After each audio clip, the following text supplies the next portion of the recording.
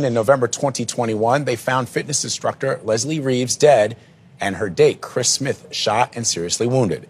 The Illinois couple had met online and decided to go on their first date the night before Thanksgiving. It was the night before Thanksgiving in the small town of Farmersville, Illinois. A night meant for warmth, for beginnings, for gratitude. But in one quiet home, something unspeakable was happening.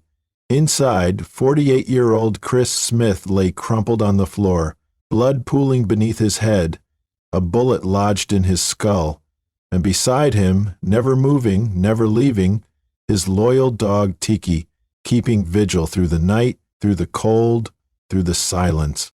It would be nearly 12 hours before anyone found them, but when they did, they discovered something even more horrifying.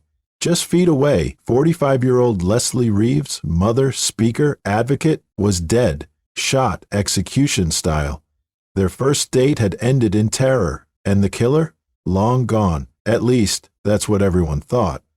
What unfolded over the next several weeks would unearth a twisted tale of obsession, control, and a jealous ex who couldn't let go. Because the shooter wasn't a stranger hiding in the dark, he was someone far closer than anyone imagined. And his motive? Jealousy, masked by obsession. If you're captivated by true crime stories and want to stay updated on the darkest cases, be sure to subscribe to the channel and turn on notifications. We release in-depth crime documentaries just like this one, uncovering the chilling details behind real-life mysteries. Don't miss out. Hit that subscribe button now. Leslie Reeves wasn't the kind of person you forgot after meeting. She had presence, bright, energetic, magnetic, but beneath her calm confidence was a woman who had fought hard for the life she was living. She held a degree in engineering, a field still dominated by men, and for a while she worked in IT. But her path didn't stop there. Leslie eventually found herself pulled in another direction, toward movement, toward healing, toward people. She became a certified Pilates instructor and opened her own wellness studio. A martial art practitioner teaching women self-defense, it wasn't just a job, it was a mission. A place where people came not just to strengthen their bodies, but to heal from trauma, to feel safe. She could be seen in her YouTube channel instructing people. Because Leslie knew what trauma felt like, she was divorced, a single mother of 2, and a survivor of domestic abuse. She'd lived through the manipulation, the gaslighting, the fear, but she didn't stay there. She rebuilt. She raised her children. She ran her business. She became a motivational speaker and an advocate for other survivors, women who, like her, had believed love wouldn't hurt them until it did.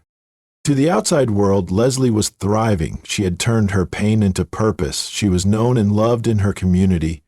But even the strongest people carry scars that never fully fade. Still, she hadn't closed her heart. She still believed in love.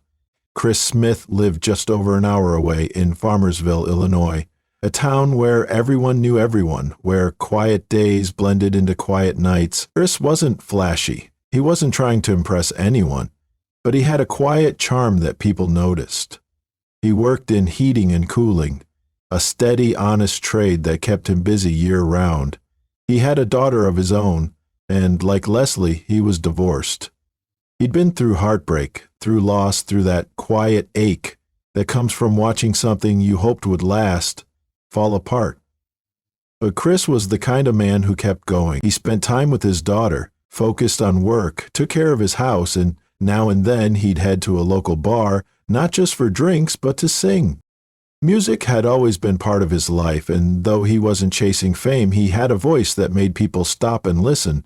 For him, it wasn't about performing, it was about connection, belonging.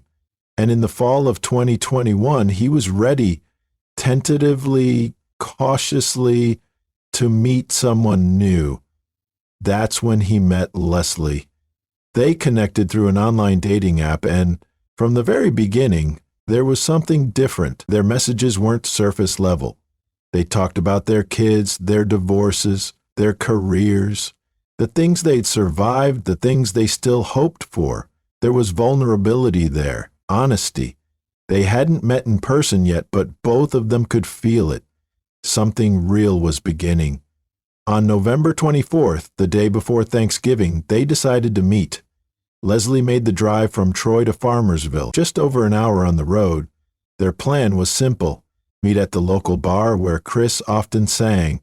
It would be their first date, one they both hoped would be the beginning of something good. Leslie Reeves and Chris Smith had spent the evening at a local bar in Farmersville, Illinois. Their first date had been filled with conversation, laughter, and the promise of new beginnings. As the night deepened, they returned to Chris's home, a modest house in this quiet town. Throughout the evening, Leslie maintained contact with her close friend Nanette Stuber. She shared her location upon arriving at Chris' house, a precaution many take when meeting someone new. Their messages painted a picture of a woman enjoying her night, feeling safe and optimistic. But as the night wore on, the messages ceased. Nanette, familiar with Leslie's habits, grew concerned when morning arrived without any word from her friend. Leslie was known for her punctuality and consistent communication. Silence was uncharacteristic. Determined to ensure Leslie's safety, Nanette decided to drive to Farmersville. En route, she attempted to reach Leslie multiple times, each call going unanswered. Her concern deepened with each passing mile. Simultaneously, another of Chris's friends, condone, decided to check on him as he was not answering his phone. This friend arrived at the residence just ahead of Nanette. They met outside, and he inquired if she had also come to look for Chris. She said no. Her friend, Leslie, who had been with Chris the previous night, after knocking without success in front, approaching the back of the house, he noticed something alarming. The glass on the side door was shattered. Peering inside, he glimpsed a figure lying motionless. Without hesitation, he contacted the authorities to report what he had seen. Together, they awaited the arrival of the Montgomery County Sheriff's deputies. Upon entering the home, deputies were met with a harrowing sight. In the living room lay Leslie Reeves, a single gunshot wound to her head. She had been killed instantly. In the kitchen, Chris Smith was found clinging to life, having suffered a gunshot wound to the head. Astonishingly, he had survived the night, thanks in part to his loyal dog, Tiki, who had remained by his side, providing warmth and comfort during the agonizing hours. Chris was rushed to the hospital in critical condition, his prognosis uncertain. Leslie's body was respectfully removed, the weight of her loss settling heavily on all present. For Nanette, the confirmation of her worst fears was devastating. The friend she had hoped to rescue was gone, the echoes of their last conversation now a haunting memory. The serene town of Farmersville was left grappling with the brutal reality of the night's events. A budding romance had been violently extinguished, leaving a community in mourning and a myriad of unanswered questions. Chris Smith shouldn't have survived. When first responders found him inside his home, he had been lying there for nearly 12 hours, unmoving, unconscious, and bleeding from a gunshot wound to the head, but somehow he was still breathing. Paramedics worked quickly, rushing him to the hospital. Every second mattered. The bullet had entered his skull and exited through the back. The damage was severe. His body was shutting down, but his heart hadn't stopped. Surgeons went to work immediately. There was swelling in the brain, pressure that needed to be relieved, bleeding that had to be controlled. Every move was delicate. Every moment was a gamble. After learning that Smith had been shot in the head, his family immediately rushed to his side. Before placing Smith in a medically induced coma, doctors removed a portion of his skull and some bullet fragments from his brain. His relatives discovered that he had gone out with a woman named Leslie Reeves, as they were trying to piece together what had transpired. His family waited. His friends prayed. The doctors did what they could, and through all of it, Chris kept holding on. His recovery wouldn't be easy. He spent days in critical condition, intubated, monitored, surrounded by machines. It wasn't clear if he'd wake up, and if he did, what version of Chris would remain. Dickie had stayed curled up beside him after the shooting, refusing to leave his side. For 12 hours she stayed there, providing warmth, comfort, and something more. Doctors believe Tiki may have helped regulate Chris' body temperature, keeping him just warm enough to survive the night. She didn't bark, she didn't panic, she stayed, and somehow that quiet loyalty may have saved his life. Prosecutors also needed him to come back quickly, as he alone could really explain the mess that had happened at his place. But the question remained, who did this? And why? In the wake of the brutal attack that left Leslie Reeves dead and Chris Smith gravely injured, investigators delved into Leslie's personal life, seeking clues that might explain the tragedy. Their inquiries soon led them to Robert "Bobby" Tarr, Leslie's ex-boyfriend. Leslie's friends painted a concerning picture of her relationship with Tarr. Dawn Mushill, executive director of the Troy/Maryville/St. Jacob/Marine Chamber of Commerce and a friend of Leslie's, remarked, "Some of Leslie's friends knew she had concerns with her ex. He was stalking her, obviously." Prior to her death, Leslie had been attempting to distance herself from Tarr. Despite her efforts, he continued to monitor her movements. The investigation revealed that Tarr had a history of controlling and obsessive behavior. The evidence painted a chilling portrait of a man unwilling to let go. That night, sheriff's deputies went to Tarr's home in Collinsville, an hour south of the crime scene. Authorities say he never asked why they wanted to talk to him, and he agreed to go to the police station without a lawyer. Tarr sat in the interrogation room with the posture of someone trying to appear calm, relaxed even, but underneath it, something wasn't right. From the moment detectives sat down across from him, his demeanor was unnervingly flat. No panic, no shock, no natural question of why he was there. He didn't ask what this was about, and for investigators, that was the first red flag. They asked him if he knew Leslie. He said yes, that she was his girlfriend and they were in a relationship at the time, contrary to what her friend said. Then they told him she was murdered. He expressed mild shock, asking what had happened. That's when the police asked him about his whereabouts the night before. He claimed he had been home the entire night of November 24th. He told them he hadn't left after 8 p.m., said he didn't know anything about Farmersville, had no idea who Chris Smith was. But detectives already had evidence that told a different story, and while he was there, they kept investigating. They began slowly peeling back each lie. Tarr repeated that he'd never been to Farmersville. That was his story. So they showed him the footage from a gas station near the small town, timestamp 12:09 a.m., November 25th. His car, his face. His story shifted. He claimed Leslie had asked him to follow her to Farmersville that night, said she told him her truck was acting up and wanted him to trail behind her just to make sure she made it safely. According to Tarr, once she arrived at the bar, he turned around and drove straight back.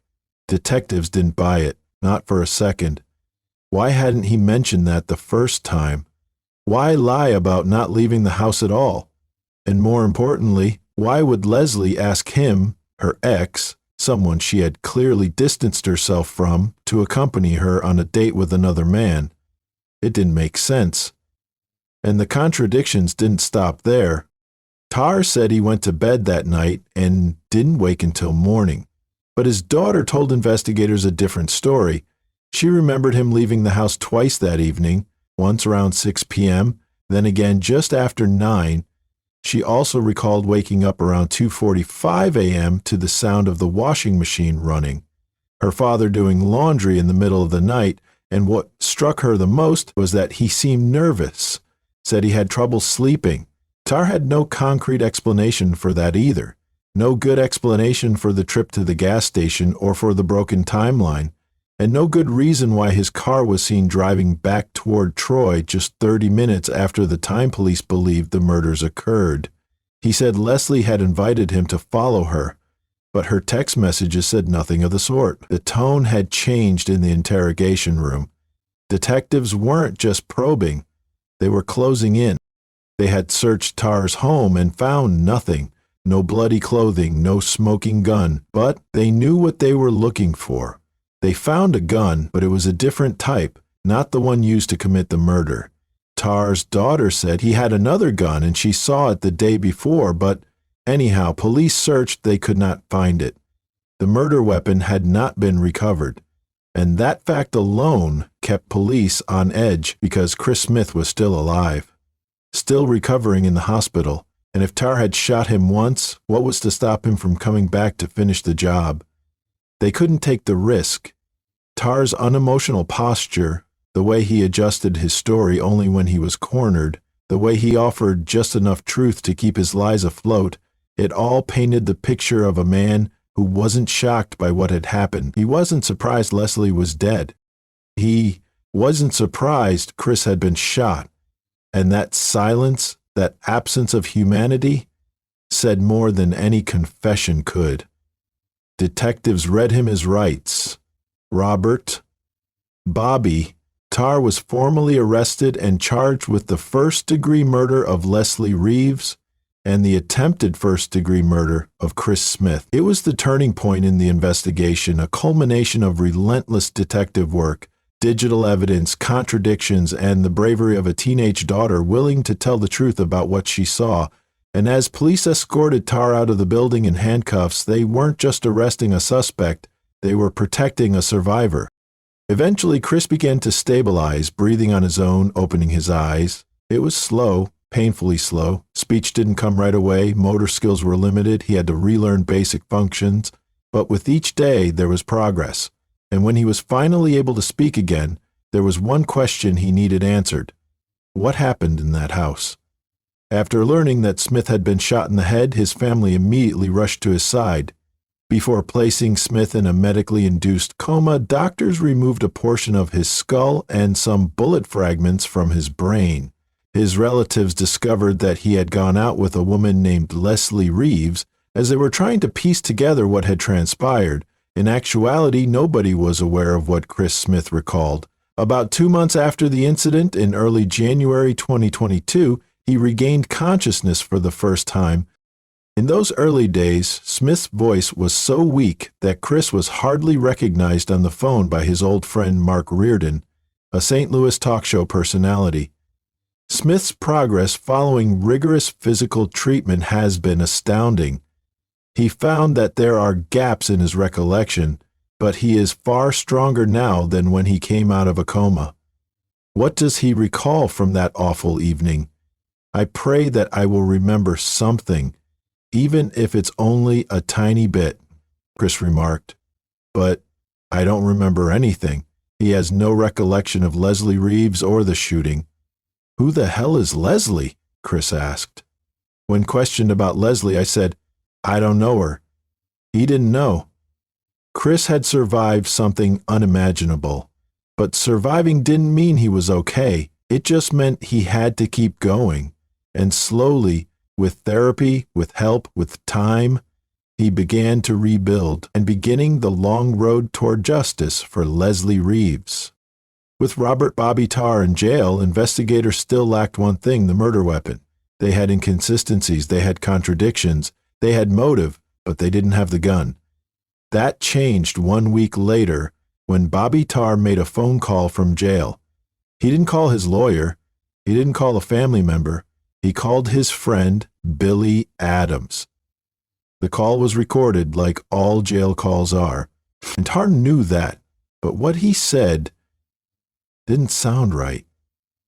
What's your day look like, Tarr asked. 'Cause I need 10 minutes of your time. He told Billy to go to his house and look for some aluminum deck brackets. Said they were special, for another job he hadn't told his dad about yet, and then he added, Don't say anything to him. Billy Adams listened, but instead of heading to Bobby Tarr's house, he called the sheriff's office. Deputies suspected Tarr was speaking in code, that deck brackets didn't mean deck brackets at all. The recording Adams repeated the phrase back to him. They're aluminum, Tarr replied. Yeah, get 'em and get rid of 'em. That was enough for deputies to return to the property. They searched the area by hand, on their knees, digging, sifting through the dirt around the yard. They were looking for a gun. But they didn't find one. What they did find were actual aluminum deck brackets.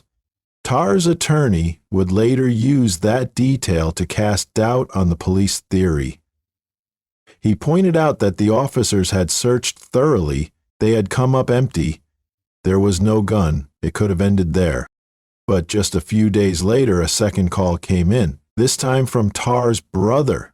He asked deputies to return to the property, said the family had found something. In the same yard that had already been combed by police, Tarr's family handed over a Ziploc bag. Inside it was a Springfield Hellcat 9mm pistol and silver-colored ammunition. It was turned over to the Illinois State Police. Ballistics confirmed what investigators already suspected. It was the murder weapon. The ammo matched the shell casings found at the scene. This was the gun that killed Leslie Reeves. This was the gun that nearly ended Chris Smith's life. Tarr's daughter confirmed it was the gun she had seen. But that only led to more questions. How had the gun shown up in the exact spot police had already searched? Had they missed it? Had it been planted afterward? Had someone been protecting Tarr, then changed their mind? Tarr and his defense attorney argued it was a setup, a frame job. They said it made no sense for the gun to appear after law enforcement had already scoured the yard. And they weren't quiet about it. In a CBS News interview, Tarr addressed the situation publicly. "We still, to this day, don't know how that ended up there," he said. "Specifically in the spot that they searched." His lawyer doubled down, painting the picture of an investigation gone off the rails, suggesting that the timeline didn't add up, that the evidence was manipulated. But if Tarr was hoping the discovery of the gun would raise doubt, it did the opposite. Because when forensic specialists examined the weapon, there was only one set of identifiable fingerprints: Leslie Reeves. Tarr claimed he had sold her the gun, that it was hers. But Leslie's firearms instructor disputed that, said Leslie never owned that weapon, never trained with it, never carried it. And if she didn't own it, why were her fingerprints the only ones on it? Had she grabbed it during the struggle, tried to defend herself? Had she touched it moments before being killed? It was speculation, but it was powerful. And the timeline, the phone call, the suspicious instructions, the sudden discovery of the weapon after a second family member got involved, only strengthened the case against Tarr. What he called a setup, investigators called a mistake. Because the more Tarr tried to rewrite the story, the more it seemed like he had written the ending himself. By the time Robert "Bobby" Tarr stood trial, the case against him wasn't just about evidence, it was about intent. Prosecutors argued that this was a murder born from rejection, a man obsessed with control. They laid out the facts: Leslie's concerns about Tarr, his drive to Farmersville, the shattered door, the gas station footage that placed him near the scene, the 9mm Springfield Hellcat pistol found on family property, the fingerprints, Leslie's and no one else's. They brought up the recorded jail call to his friend Billy Adams, how Tarr had asked him to retrieve deck brackets and how investigators believed it was code for something else. They showed how the gun mysteriously appeared days later in the same yard that police had already searched. They pointed to motive, opportunity, and the trail of contradictions that followed Tarr from the moment he opened his mouth. But the defense didn't stay silent. Tarr's attorney pushed back hard.